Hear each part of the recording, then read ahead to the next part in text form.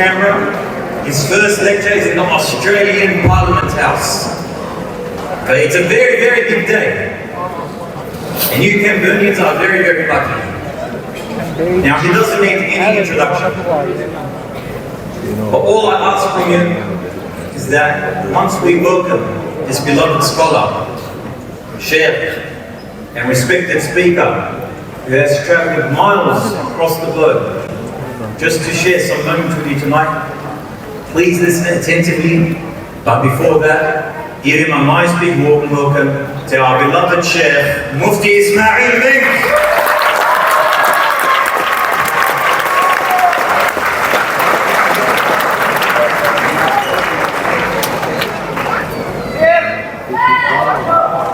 Ya Sheikh! Assalamu alaikum wa rahmatullahi wa barakatuh. Bismillahi walhamdulillahi wa salatu wa salamu ala rasulillahi wa ala alihi wa sahbihi ajma'in. I feel like auctioning the lecture today. After listening to our lovely brother Hassan Ghosh here and his wit, he's quite conscious of the fact that we're in Canberra. Did you hear that? And he was literally using, if I were to use respectful terminology, I would say he was pushing it a bit, mashallah. Some brothers might have felt offended when he wanted to send people.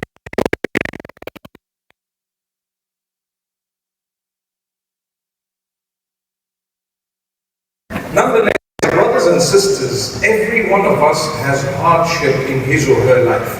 You cannot deny that. If you're young, very young, you may not have tasted it yet. But as you grow older, things start frustrating you. You have ups and downs, you have emotions, you have moods, you have so much going on. At times, even if it is insignificant for others, for you, it is very significant. So that's part of the plan of Allah subhanahu wa ta'ala. That as you grow older, you feel burdens, even with those things that are not really burdens, because as you grow even older and you look back, you realize, you know what, that was nothing, that was nothing.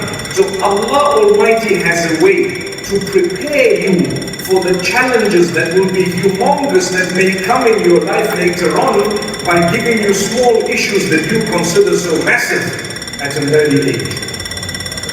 If you take a look at Yusuf alayhi salam, the Prophet Joseph, may peace be upon him, from a very young age he went through so much. Why? Allah was preparing him for the massive one, and Allah was preparing him for victory thereafter. It is important that you and I go through the pages of the Quran and we look at, read, and learn lesson from the stories of the past. The messengers that Allah makes mention of in the Quran is not in vain, it's not for no reason, it's not for entertainment, but instead Allah says, لَقَدْ كَانَ فِي قَصَصِهِمْ عِبْرَةٌ لِأُولِي الْأَلْبَابِ. Indeed, in their stories are lessons for those with sound intellect. When I sit and read the story of Moses, may peace be upon him, with the Pharaoh, it brings me great joy and comfort while I shed tears regarding what happened. The joy and comfort because the Pharaoh had his way for quite a long time. He committed atrocities. He perpetrated almost what we would term a genocide. But victory came to Moses one day, and it did. So it brings about a sense of comfort, because if I were to learn a lesson from that, I can look at what's going on, not just in my life, but at our times, and I can tell myself, victory is near. Allah says, أَمْ حَسِبْتُمْ أَن تَدْخُلُوا الْجَنَّةَ وَلَمَّا يَأْتِكُمْ مَثَلُ الَّذِينَ خَلَوْا مِن قَبْلِكُمْ مَسَّتْهُمُ الْبَأْسَاءُ وَالضَّرَّاءُ وزلزلوا حتى يقول الرسول والذين آمنوا معه متى نصر الله ألا إن نصر الله قريب.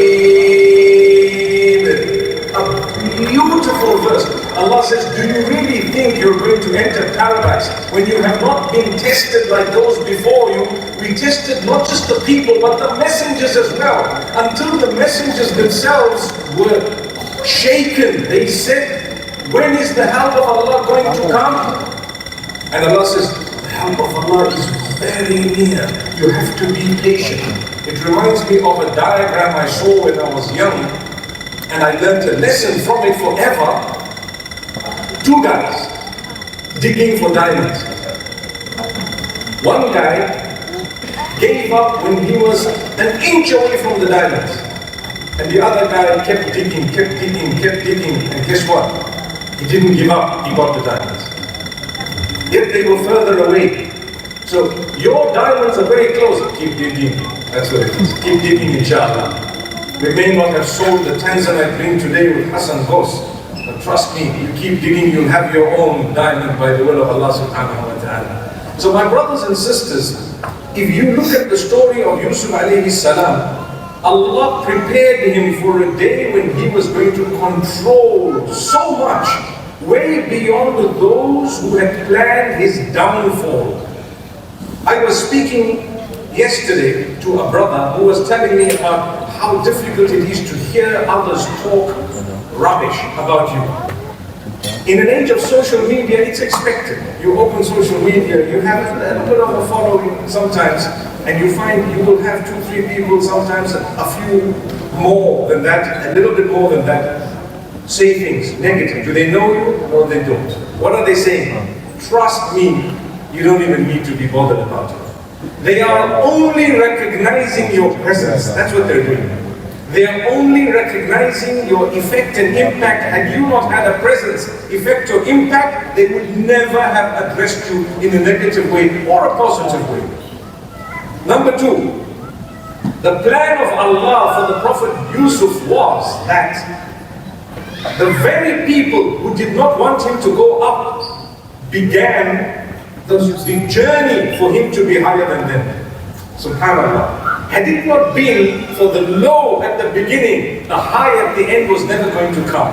Someone who plans your downfall can never ever see the end of it, because it's Allah who will allow you to rise above them all. You know, when Yusuf alayhi salam, if I fast forward it to the end of the story, and his brothers entered not knowing who exactly he was, but when he asked a question or two that was a little bit too close to home, they had a feeling this can only be Yusuf. What did they say?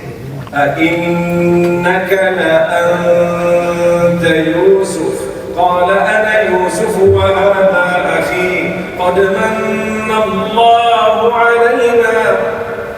Amazing. Is it that perhaps you are Yusuf?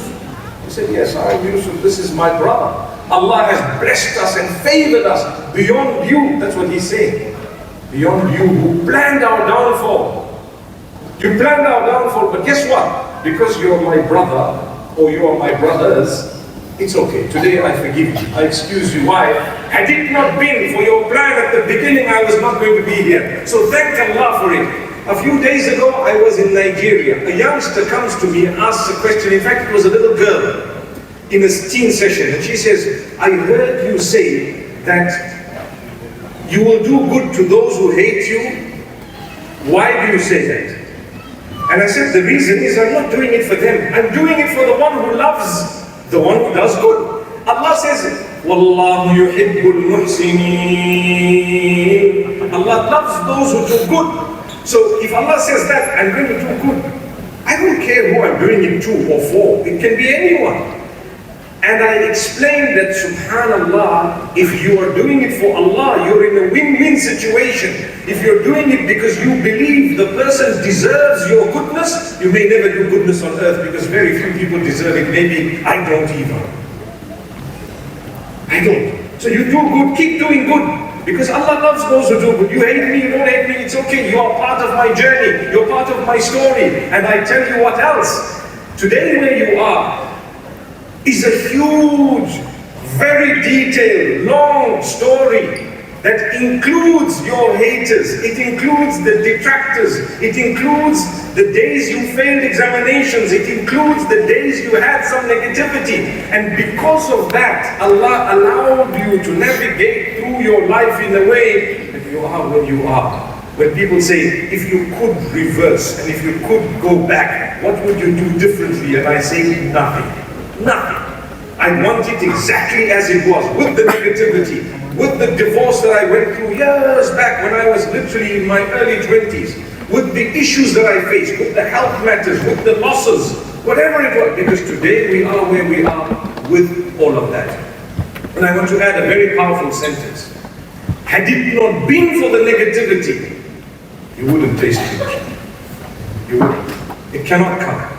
Allah tests you, and He puts you through the litmus test, and then He gives you. And when He gives you without holding back. No holding back. So Yusuf alayhi salam comes up and he says, إِنَّهُ مَنْ يَتَّقِ وَيَصْبِرْ فَإِنَّ اللَّهَ لَا يُضِيعُ أَجْرَ الْمُحْسِنِينَ. Whoever's going to develop the right connection with their maker, we call it taqwa. Taqwa is God consciousness. Taqwa is to develop the correct relationship with your maker in a way that you earn His pleasure and you protect yourself from His wrath, His anger, His punishment. So I develop my taqwa and I am patient. Why does the word sabr come in? I need to endure. If you look at what's happening in Gaza today, you will realize what you and I are going through or have gone through is nothing. It's not even worth mentioning. My problem became totally eclipsed when I saw what's going on in Gaza. Absolutely, I'm ashamed to mention that I had an issue, I have an issue, because it's nothing. It's irrelevant. And I can add to that something from a different angle besides Gaza. If you take your issues and you think, I'm suicidal, I'm depressed, I've got so much going on, you're a human. So it's normal sometimes to feel that way. But it's not normal to remain in that. But I tell you, with your problems and your issues and your negativities and your hardship, there are millions of others on earth who are prepared to take your life as is and still say, Alhamdulillah. There are millions of others who are prepared to take you, your sickness, your health matters, your issues, your problems, and say, wow, Alhamdulillah. I remember a scholar in Egypt saying that in the masjid someone came to him and said, I've got a lot of problems, I've got many issues. So he said, let's do an experiment. I'd like all of you to come tomorrow with a piece of paper, jotting down 10 issues you have in your life. 10 major problems you have. So he got the crowd of people, there were 50, 60 people in the masjid, and he got them all to write. They all wrote 10 problems they're facing. He said, now let's put it in a hat, meaning in a little sack. Let's shake it up a bit. I want you guys to line up and come in front of me, pick a paper, and choose what you would like to have. Because these are the people, these are the problems, these are you guys. So if I were to do that today in this hall and tell you, write 10 of your issues, the main things that are bothering you in life, put it in a paper, and let's see, let everyone else come and pick up, take, and choose something. He says, the first guy came, he picked up one, he said, no, this two. He picked up the other one, he said, oh, no, not this one yet. He picked up the third one, he said, oh, wow, these are big issues. He picked up the other, and he says, no, just give me my paper. Give me my paper back. لا يكلف الله نفسا إلا وسعها. Allah does not burden you with more than you can shoulder. This verse has so many meanings. It means when Allah has instructed you to do things, like your prayer, like all the other regulations and rules, He does not ask you to do things beyond your capacity. That's part of the meaning of it. But it also means Allah does not burden anyone with something more than they can actually take. Subhanallah. So if you were to appreciate one of the ways the Prophet, peace be upon him, says appreciation is shown is by looking at those who are in a bigger disaster than yours. Look at those who are below you in material matters, in worldly matters. Look at those who have worse than you, who are in a worse situation, who have bigger issues than yours. So the scholar says, everybody says we just have our paper. There was no one who said, I'm prepared to take what was tailor-made for someone else. What you can go through, I cannot. What I've been through, I can go through, you cannot. There might be an overlapping slightly because we're human. But my whole path and what's going to happen to me and my destiny and the strength that's been given to me is all mine. It's from Allah, designed for me, not for you. So therefore, appreciate the favors of Allah upon you. Where you came from, where you are, who you are. Learn to love yourself like I always say, the way Allah made you. The way Allah made you. If people love you as a result, alhamdulillah. If they don't like you because of how Allah made you, can I tell you what? They can fly a kite. In fact, I don't even want to give them a kite. Why? They can go